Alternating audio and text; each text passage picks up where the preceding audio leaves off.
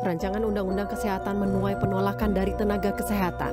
Pada Senin 8 Mei, 5 organisasi profesi kesehatan berunjuk rasa di Jakarta menuntut agar pembahasan RUU Kesehatan Omnibus Law di-stop. Pasalnya, RUU Kesehatan dinilai akan menimbulkan kriminalisasi terhadap tenaga kesehatan. Beberapa pasal kriminalisasi, sangat syarat kriminalisasi bahwa tenaga kesehatan melayani masyarakat, bahwa tenaga kesehatan mengobati masyarakat itu untuk kepentingan masyarakat, bukan untuk kepentingan pribadi. Tetapi pada saat terjadi dampak resiko medis, bahwa itu terjadi efek samping, bahwa itu mungkin terjadi sesuatu resiko tidak diinginkan oleh dokter, maka sangat besar celah bagi dokter, tenaga kesehatan seluruhnya untuk dikriminalisasi dengan ancaman pidana bahkan sampai 10 tahun penjara. Tak hanya di Jakarta, aksi unjuk rasa penolakan RUU Kesehatan juga berlangsung di beberapa daerah lainnya. Ikatan Dokter Indonesia, IDI, mencatat sekitar 11.000 tenaga kesehatan yang berunjuk rasa. Menanggapi RUU Kesehatan, IDI masih berkeberatan dengan pembahasannya karena dikhawatirkan bakal menghapus undang-undang profesi medis yang sudah ada. Di posisi IDI, PDGI, PPNI, IDI, IAI, selama ini sudah jelas membantu negara. Pandemi sudah jelas. Bapak Menteri sendiri bersama Presiden sudah memberikan sebuah apresiasi juga kepada teman-teman tenaga medis dan tenaga kesehatan. Ini sebuah penghormatan yang sekaligus kita berharap bahwa eksistensi organisasi profesi di dalam sebuah undang-undang tidak dieliminir, atau bahkan kemudian tidak dihilangkan. Sementara, Menteri Kesehatan Budi Gunadi Sadikin menjelaskan RUU Kesehatan merupakan bagian dari reformasi kesehatan nasional seperti yang sudah berlaku di negara lain, salah satunya terkait pembiayaan di sektor kesehatan. Karena kesehatan itu dekat dengan nyawa. Jadi kita udah lihat di Amerika itu komoditas politik, akhirnya jadi pembicaraan politik, bukan jadi pembicaraan kesehatan dan fokus bagaimana membiayai kesehatan masyarakat dengan sebaik-baiknya. Tapi kalau kita tidak hati-hati mendesain sistem pembiayaan kesehatan kita, nanti akan meledak. Ada sejumlah poin RUU Kesehatan yang dipersoalkan oleh para tenaga kesehatan, seperti fungsi organisasi profesi yang diambil alih oleh Kementerian Kesehatan, padahal kendali etik profesi ada pada organisasi profesi. Selain itu, tenaga kesehatan bisa kena sanksi pidana 3-5 tahun bila ada kelalaian, dan tenaga kesehatan bisa dituntut ganti rugi oleh pasien. Meski demikian, isi dari RUU Kesehatan ini dapat saja berdampak melindungi masyarakat. Mengingat sebelumnya banyak informasi beredar soal kelalaian tindakan medis, juga dugaan malpraktik yang masih diselidiki polisi. Sebagai informasi, pemerintah telah memasukkan RUU Kesehatan sebagai prolegnas di tahun 2023. Ini artinya RUU Kesehatan ditargetkan akan disahkan di DPR pada tahun ini. Draft rancangan Undang-Undang Kesehatan ini telah disahkan sebagai inisiatif DPR pada Februari 2023 lalu. Tim Liputan, Kompas TV. RUU atau Rancangan Undang-Undang Kesehatan Omnibus Law yang segera dibahas di DPR ini dengan pemerintah menjadi sorotan bagi sebagian kalangan. Bahkan sudah memunculkan aksi unjuk rasa penolakan dari para tenaga kesehatan atau nakes hari Senin lalu. Karena jika RUU ini dilanjutkan, dinilai nantinya akan terjadi kriminalisasi terhadap para tenaga kesehatan di Indonesia. Namun sebenarnya, apa untungnya RUU Kesehatan ini bagi masyarakat yang baru dan yang sedang akan dibahas ini, juga bagaimana perlindungan profesi para tenaga kesehatan, apakah betul-betul dibahas, di-cover dengan jelas jika RUU Kesehatan ini nanti berlanjut pembahasannya dan akan menjadi undang-undang. Segera kami bahas bersama para narasumber yang hadir secara daring untuk Sapa Indonesia Pagi. Ada juru bicara Kementerian Kesehatan Republik Indonesia, Muhammad Syahril, Ketua Umum PBID, Adib Humaydi, juga ada anggota Komisi 9 DPR RI, Darul Siska. Pak Darul, Pak Syahril, Dr. Adib, Assalamualaikum warahmatullahi wabarakatuh. Masih bulan Syawal, maaf lahir batin. Waalaikumsalam warahmatullahi wabarakatuh. Ya, Dr. Adib, persisnya apa sih yang dikhawatirkan di dalam undang-undang ini bagi para tenaga kesehatan sehingga kemudian muncul penolakan sampai aksi unjuk rasa yang hari Senin kemarin berlangsung di Jakarta. Dr. Adib.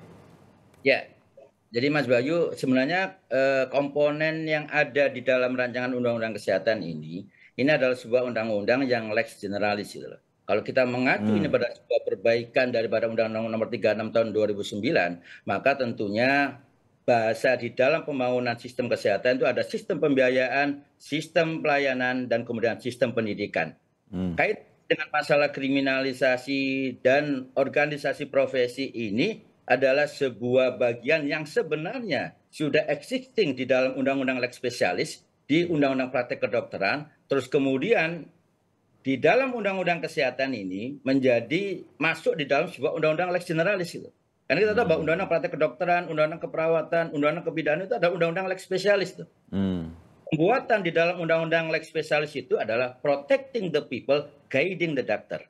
Nah, satu bagian yang krusial sebenarnya di antara isu-isu yang lain sebenarnya, karena sebenarnya yang kita soroti bukan hanya berkaitan dengan kepentingan organisasi profesi, atau berkaitan dengan tenaga medis, tenaga kesehatan, tapi juga ada aspek-aspek yang lain. Tapi pada saat kemudian kita bicara kenapa ini menjadi sangat penting, pada saat tenaga medis dan tenaga kesehatan, poin-poin yang ada di dalam undang-undang, pasal demi pasal, kita bisa melihat di pasal mulai dari 282, 320, 321, 326, 327, 328, di mana di situ bukan kemudian secara konkret melindungi tenaga medis, tenaga kesehatan. Kemudian membuat tenaga medis, tenaga kesehatan akhirnya merasa tidak aman di dalam menjalankan pelayanan kesehatan. Dan ini akan berdampak pada hal-hal yang lain. Dan bukan hanya dampak pada kita saja, dampak kepada masyarakat juga. Itu yang perlu diperhatikan itu. Oke. Kita dapat sedikit bayangannya sebagai awam begitu, mengikuti saja hal-hal semacam ini secara cepat kan kemarin. Pak Syahril, apa yang disampaikan Dr. Adib ini ada benarnya atau bagaimana menurut Kementerian Kesehatan? Sebetulnya kan sudah ada undang-undang yang jelas mengenai hal itu. Kira-kira begitu ya Dr. Adib, kenapa kemudian disatukan lagi di sini sehingga nanti malah jadi terlalu banyak hal begitu? Kira-kira saya menangkapnya begitu. Dr. Syahril? Ya, terima kasih. Jadi dalam proses ketatanegaraan kita sudah mengenal di mana DPR ini kan punya hak inisiatif ya. Untuk melakukan undang-undang, merancang undang-undang dan seterusnya. Jadi inisiatifnya dari DPR ya, Pak Syahril? Dari DPR, bisa dilihat di webnya DPR. Jadi DPR berinisiatif ada 9 undang-undang itu yang disimplifikasi ya. Artinya ada undang-undang yang tahun 1984 tuh, undang-undang wabah dan pencegahan penyakit menular, undang-undang praktek kedokteran dan seterusnya. Nah di situ ada yang tumpang tindih dan sebagainya. Nah sekarang melalui inisiatif DPR itu dilakukan suatu simplifikasi. Nah simplifikasi ini tentu saja melalui proses Mas Bayu. Ada Balek melakukan dengar pendapat dengan OP termasuk ID dan akhirnya disahkan. Ini 15 Desember sebagai program legilisasi nasional prolegnas DPR dan disampaikan kepada Bapak Presiden dan akhirnya dibahas oleh pemerintah. Dan tentu saja pada saat Balek itu membuat satu draft, itu sudah melibatkan banyak termasuk OP-OP dan ID. Dan begitu dilempar ke Presiden dan Kementerian Kesehatan, dalam waktu sekitar 3 minggu, kami punya kewajiban dengar pendapat, hearing, ya, melalui macam-macam. Melalui web, melalui diskusi, FGD, dan seterusnya. Dan melibatkan seluruh termasuk ID dan sebagainya. Nah disitulah kita menampung semuanya yang disebut dengan daftar inventarisasi masalah yang sejumlah 3020 yang kita saat ini masukkan ke DPR untuk dilakukan pembahasan di tingkat itu. Nah tentu saja proses ini sebetulnya ya harus kita hargai sama-sama sebagai upaya bersama. Nah kalau ada satu pasal yang atau 2 pasal, 3 pasal yang tidak cocok dan sebagainya, saya kira ada ruang ya untuk dibahas. Ya, tapi khusus yang tadi dikatakan Dr. Adib, Kementerian Kesehatan juga melihat usulan-usulan ini ada baiknya sedemikian rupa dan kemudian kalau ada kekurang setujuan dari ID atau tenaga kesehatan bahwa sebenarnya undang-undang untuk perlindungan dan lain-lain ini bisa sedemikian rupa nanti lebih mengemuka lagi, itu secara umum Kementerian Kesehatan terbuka kemungkinan-kemungkinan itu, begitu ya? Ya, sebelum Mas Bayu, mungkin kami satu lagi tambah sedikit ya. Jadi khusus yang tadi disampaikan dalam Undang-Undang Perlindungan Tenaga Kesehatan, justru di Undang-Undang Praktek Kedokteran, Undang-Undang Rumah Sakit, dan Undang-Undang Tenaga Kesehatan, pasal-pasal yang ada di sana sangat sedikit yang menyebutkan perlindungan hukum bagi tenaga kesehatan. Tapi melalui rancangan undang-undang itu banyak sekali yang kita sempurnakan, kita lindungi betul. Salah satunya begini, apabila tenaga kesehatan, dokter juga melakukan suatu kelalaian atau kesalahan dalam profesinya di rumah sakit, maka tidak serta-merta dia harus dipidanakan. Harus melalui profesi dulu. Kemudian pada profesi harus ada juga mediasi yang menyelesaikan masalah di luar pengadilan. Dan satu lagi kami tambahkan, pasal perlindungan khususnya bagi tenaga kesehatan, dokter yang sedang pendidikan. Kita berikan perlindungan. Di dalam pasal sebelumnya tidak ada. Jadi, kami simpulkan kalau RUU ini sebetulnya menyempurnakan, melengkapi agar kita semua memang mendapatkan lebih baik gitu ya. Sebelum ke Bang Darul, saya ada tanggapan Dr. Adib berkaitan dengan poin-poin positif tadi yang disampaikan Pak Syahril. Jadi Mas Bayu, pada saat kita membaca sebuah undang-undang, maka kita nggak bisa membahasakan dengan bahasa normatif. Gitu. Apa yang disampaikan Pak Syahril itu bahasa normatif yang kalau kita lihat di undang-undang, di yang pasal-pasal yang tadi, pasal 282 disebutkan bahwa setiap tenaga medis, tenaga kesehatan berhak mendapatkan perlindungan hukum. Tetapi di pasal 187 ayat 2 disebutkan bahwa rumah sakit tidak dapat dituntut di dalam melaksanakan penyelamatan nyawa. Nah ini kan dua hal yang sangat kontradiktif. Padahal yang menyelamatkan tenaga medis, tenaga kesehatannya. Kenapa tidak dibuat norma konkret gitu loh. Dan ini kemudian di dalam pasal 326. Jadi apa yang normatif disampaikan oleh Pak Syahril tadi tidak masuk di dalam sebuah redaksi. Di dalam norma konkret yang kemudian di 326, 327 pasien berhak meminta ganti rugi. Pasien kemudian walaupun sudah melaporkan kepada kelompok disiplin, ya majelis disiplin, tapi masih bisa dituntut. Nah ini sebuah hal yang sebenarnya buat kami adalah bahwa undang-undang ini yang seharusnya sebagai bagian perlindungan hukum dan kepastian hukum buat tenaga medis, tenaga kesehatan, jadi tidak ada. Jadi yang normatif yang tadi disampaikan itu tidak diterjemahkan di dalam pemahaman hukum yang ada di dalam isi-isi pasal yang ada dalam undang. Ya. Boleh Pak Bayu. Silakan Pak Syahril. Jadi gini, menarik ini. Saya bilang gini Pak Adib, mungkin tadi saya ngomong normatif. Tapi kalau Pak Adib atau masyarakat membaca daftar inventarisasi masalah, itu jelas ya ada pasalnya. Contoh, pasal 282 ayat 1 huruf A ya. Ini mengatakan tenaga medis dan tenaga kesehatan dalam menjalankan praktek berhak mendapatkan perlindungan hukum sepanjang melaksanakan tugas sesuai dengan standar profesi, standar pelayanan profesi, dan standar prosedur operasional dan etika profesi serta kebutuhan kesehatan pasien. Jadi kalau Pak Adib dan teman-teman membaca dalam JIM itu ya tidak ada yang normatif lagi, semuanya sudah ada pasal per pasal. Konkret sekali. Kalau mau dibuka boleh dilihat ya. Saya mau ke Pak Darul sekarang. Pak Darul sebagai inisiator Komisi 9 di DPR RI mengenai undang-undang ini, saya jadi menangkap nih sebetulnya apa ya istilahnya yang pas bagi kita semua. Sebenarnya ada niatan-niatan baik yang udah kelihatan nih sebetulnya. Cuma kepengen lebih jelas lagi begitu, lebih tergambar lagi sehingga kemudian semua merasa safety dengan adanya nanti RUU ini menjadi undang-undang. Anda melihat itu, Bang Darul, dan akan sebenarnya ini sesuatu yang nanti bisa ketemu titik temunya. Bang Darul? Ya. Assalamualaikum Mas Bayu. Waalaikumsalam. Pak Syahril, Pak Adib.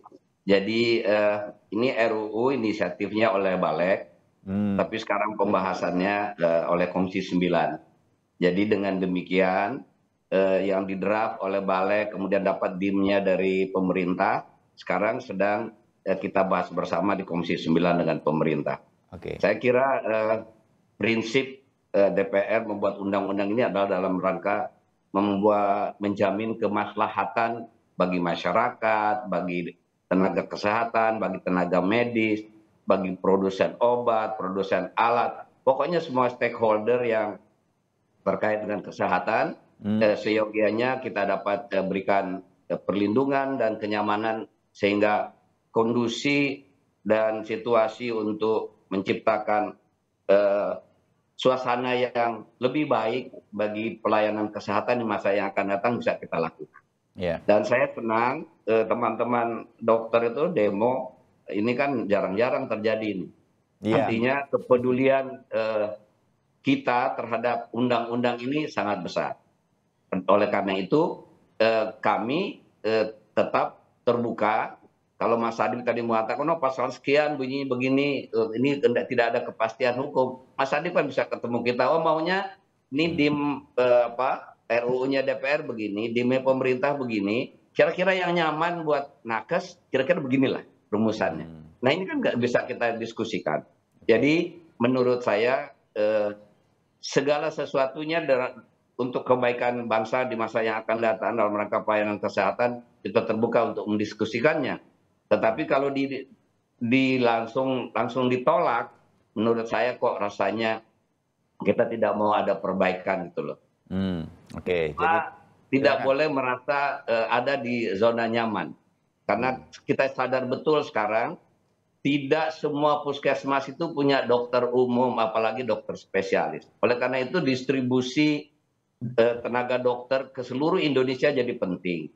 Kita butuh tenaga dokter spesialis dan subspesialis yang jumlahnya lebih banyak. Oleh karena itu kita mesti buka pintu lain dalam rangka percepatan penyiapan tenaga dokter spesialis dan subspesialis ini. Jadi banyak hal yang kita mesti lakukan terobosan. Semuanya diniatkan adalah dalam rangka kebaikan kita dan mengejar ketertinggalan kita di bidang pelayanan kesehatan. Umpamanya di segi penganggaran. Sekarang kan kita tidak ada patokan anggarannya. Nah kita mendorong agar pemerintah nanti kalau bisa kita sepakati ada some number gitu loh. Berapa persen sih idealnya untuk kesehatan ini?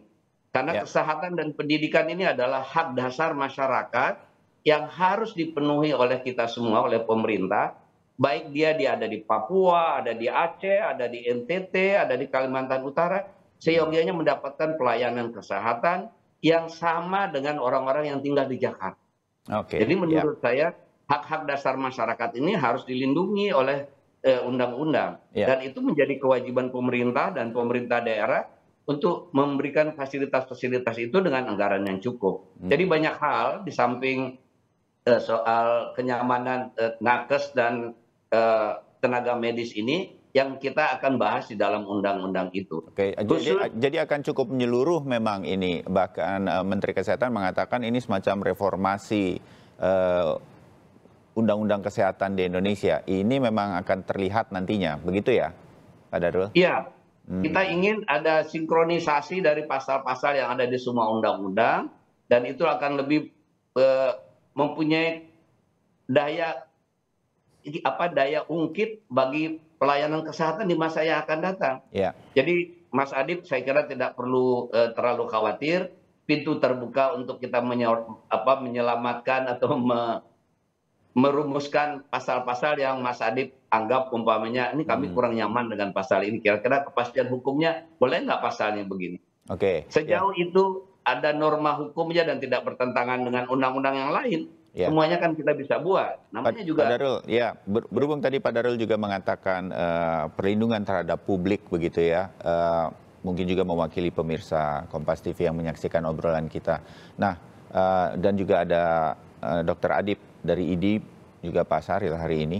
Kan apakah nanti dalam RUU kesehatan ini yang nanti akan menjadi undang-undang juga sudah terlindungi hak-hak kami sebagai masyarakat ketika mendapatkan dalam berbagai kasus yang sering kita angkat di dalam media, Dr. Adib dan Pak Sahril juga sering kami undang untuk ini, ada dugaan malpraktek dari profesi kedokteran atau dengan segala respek terhadap profesi ini begitu, dan kita sangat membutuhkannya.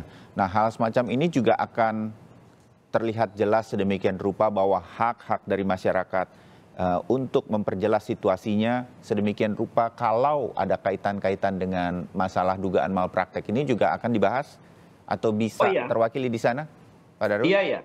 Kita akan di situ akan mengatur juga apa dan hak kewajiban masyarakat untuk mendapatkan pelayanan kesehatan yang baik, hak dan kewajiban tenaga kesehatan dan tenaga medis. Semuanya ini kan harus seimbang. Ada hak masyarakat, ada hak juga hak tenaga medis dan tenaga kesehatan.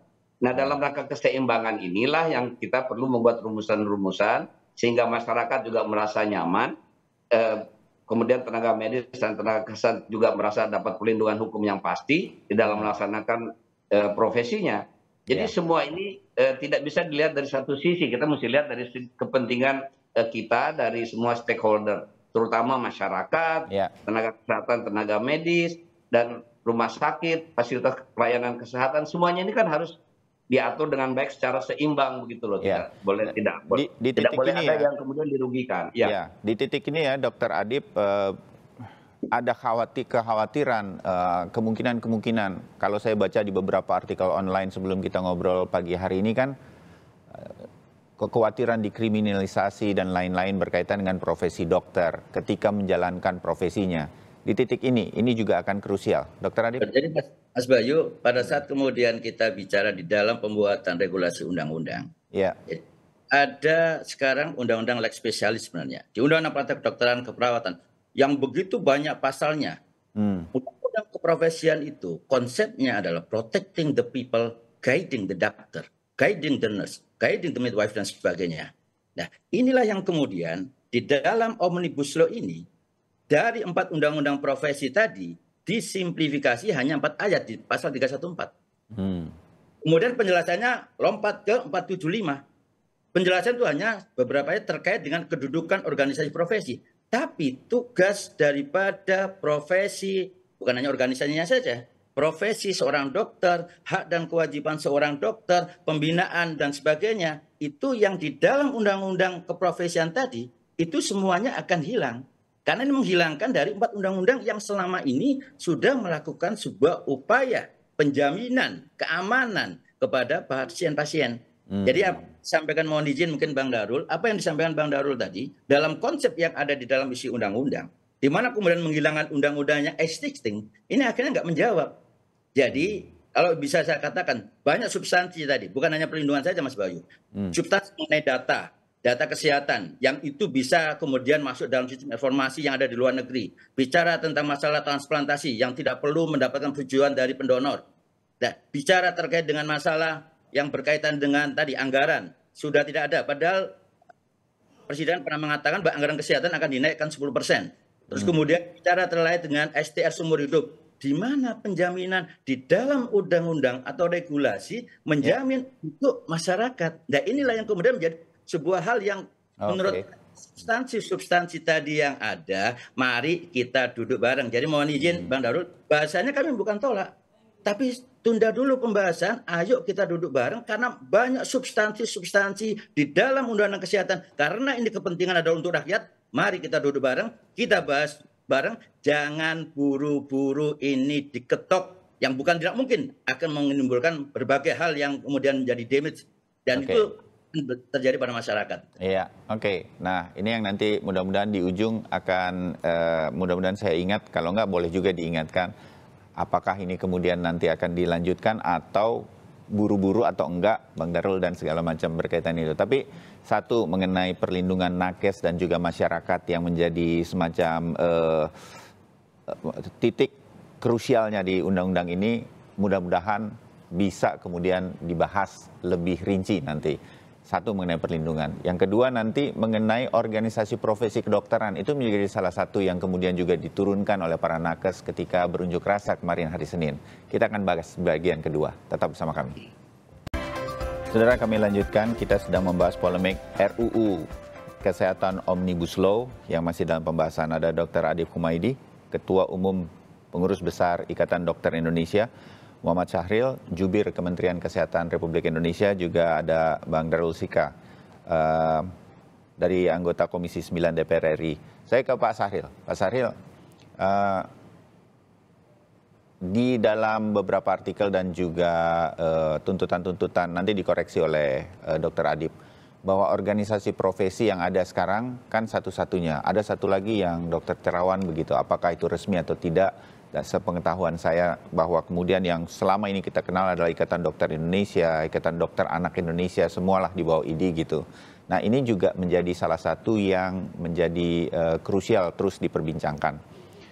Benar bahwa ini akan diambil alih oleh pemerintah dalam hal ini Kementerian Kesehatan, Pak Syahril, atau bagaimana tepatnya dalam RUU ini, Pak Syahril?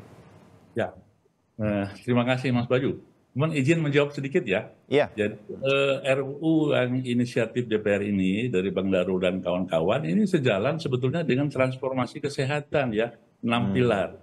di mana kita ingin betul-betul melakukan reform ya terhadap layanan dari hulu sampai ke hilir, primer, sekunder, termasuk SDM. Tadi sudah disebutkan beberapa daerah kita kekurangan tenaga spesialisasi, termasuk penyebarannya.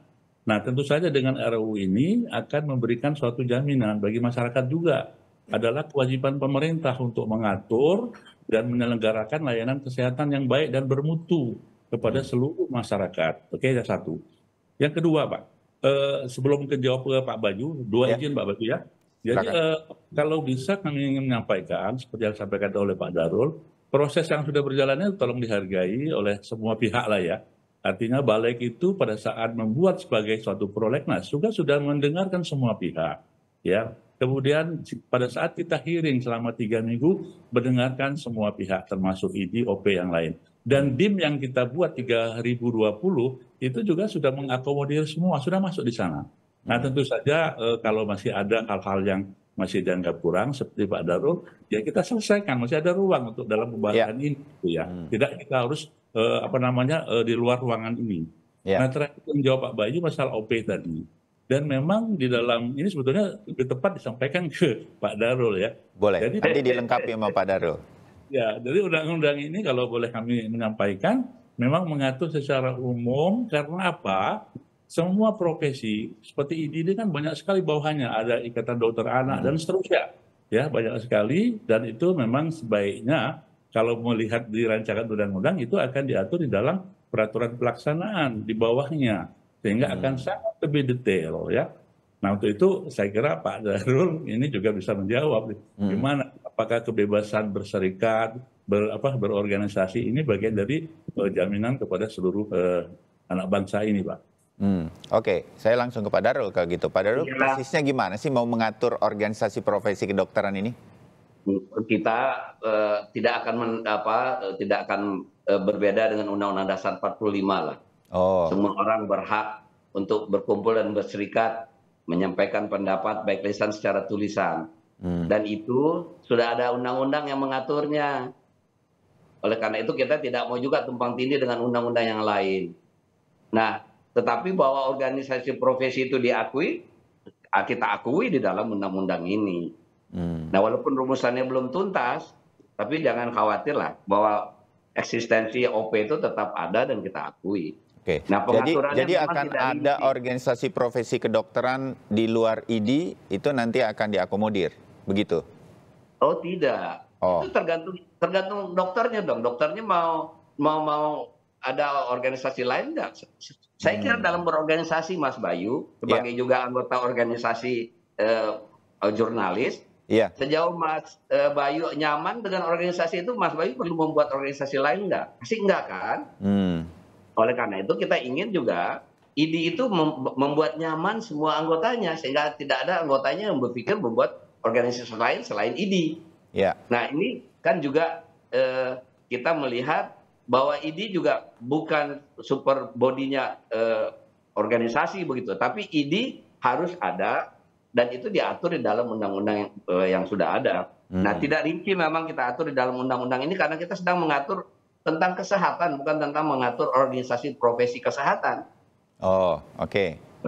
Ya.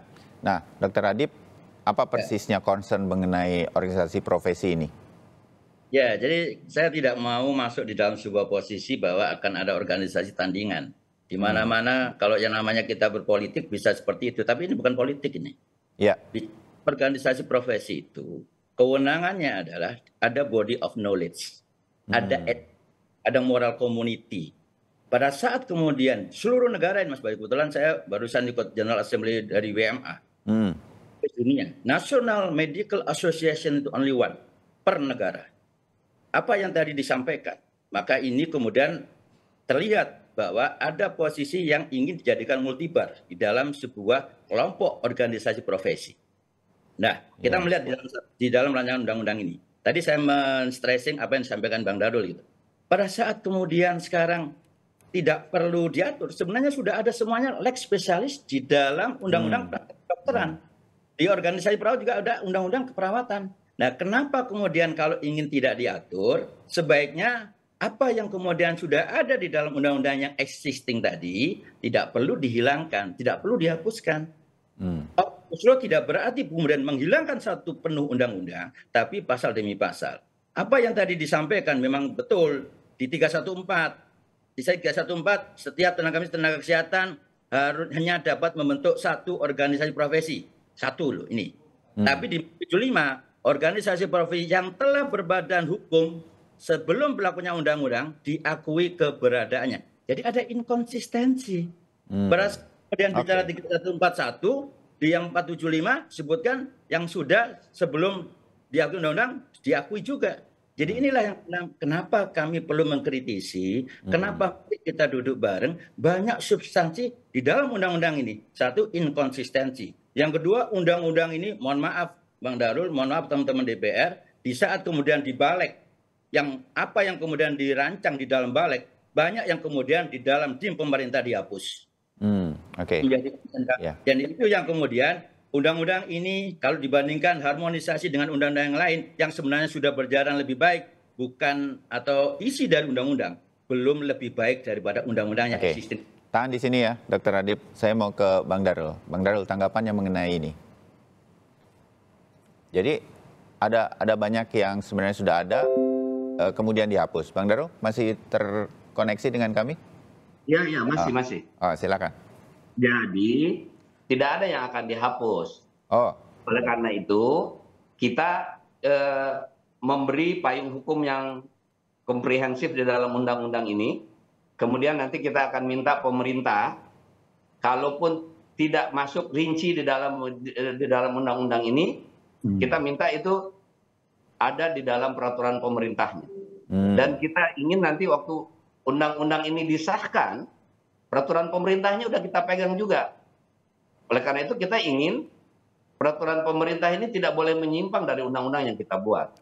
Nah, kalau undang-undangnya jadi ada dualisme tadi atau kontradiktif seperti Dr. Adib sampaikan, itu nanti juga akan menjadi concern untuk dibenahi?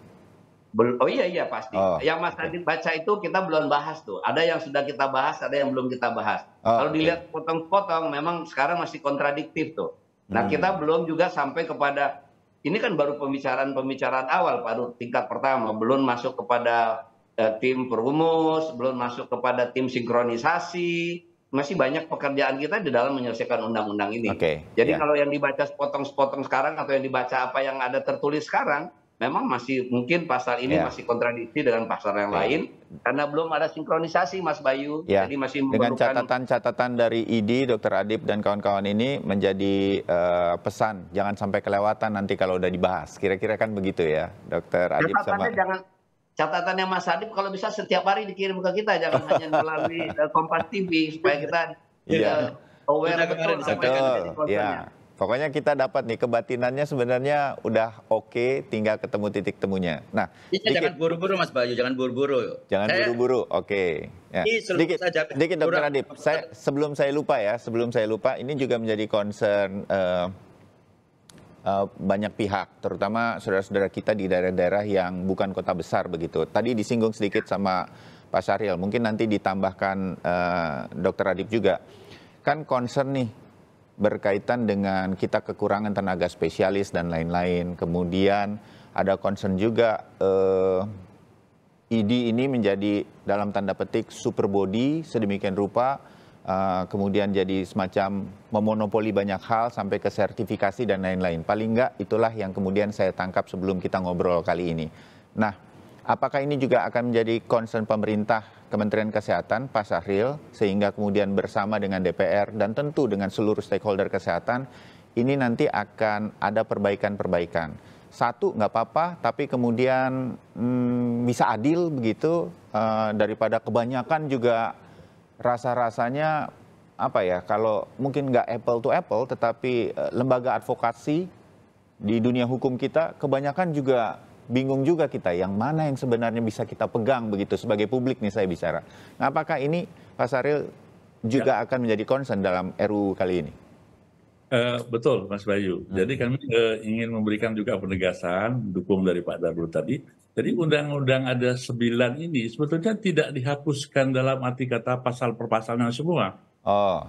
pemberlakuannya yang dihapuskan karena sudah ada rancangan undang-undang yang baru.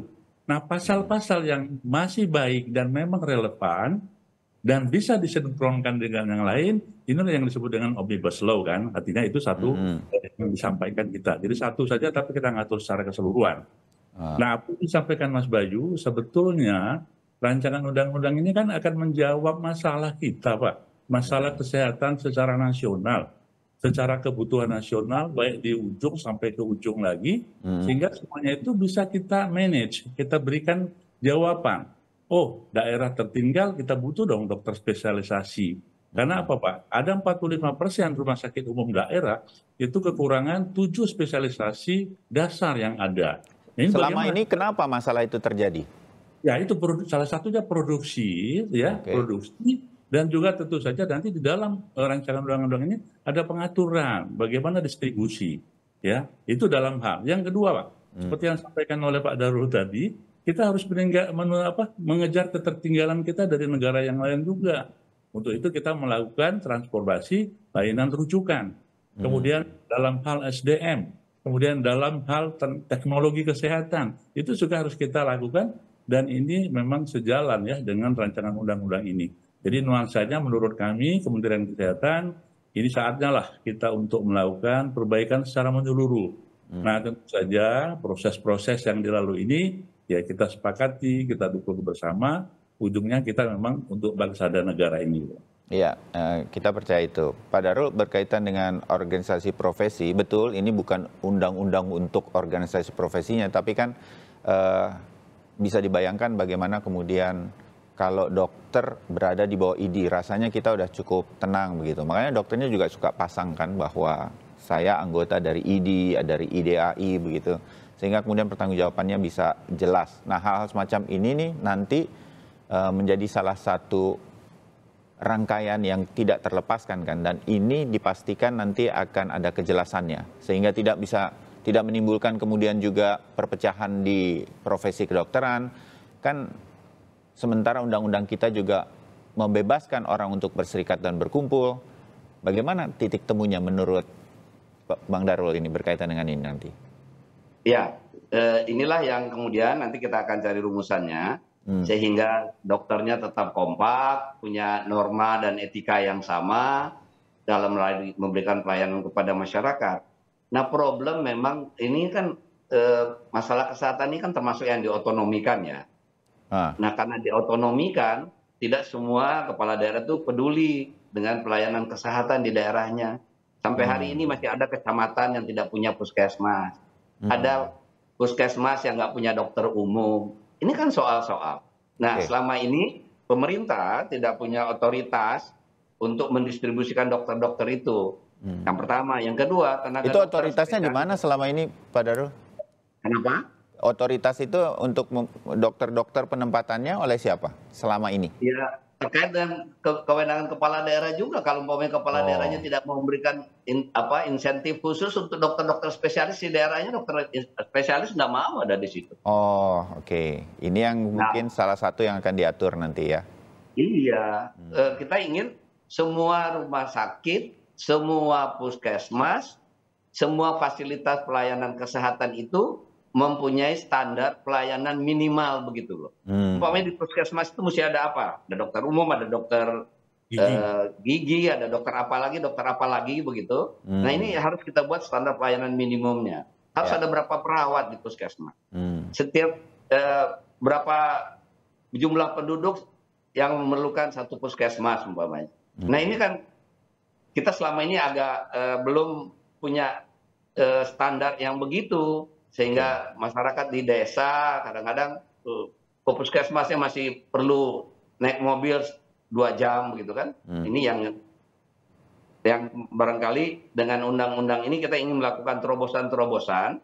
Di samping soal tadi organisasi profesi, kita akan bicara tentang konsil, kita akan bicara kolegium yang juga best practice di negara-negara lain akan menjadi acuan kita di dalam rangka penyusunan undang-undang ini. Kita akan belajar dari negara-negara yang pelayanan kesehatan sudah baik dan tidak semata-mata kita ingin mengatur-ngatur sendiri gitu. Kita belajar dari yang baik, saya kira tidak ada salahnya. Ya, mudah-mudahan semua hal berkaitan organisasi, profesi, dan lain-lain bisa terbuka untuk dibahas.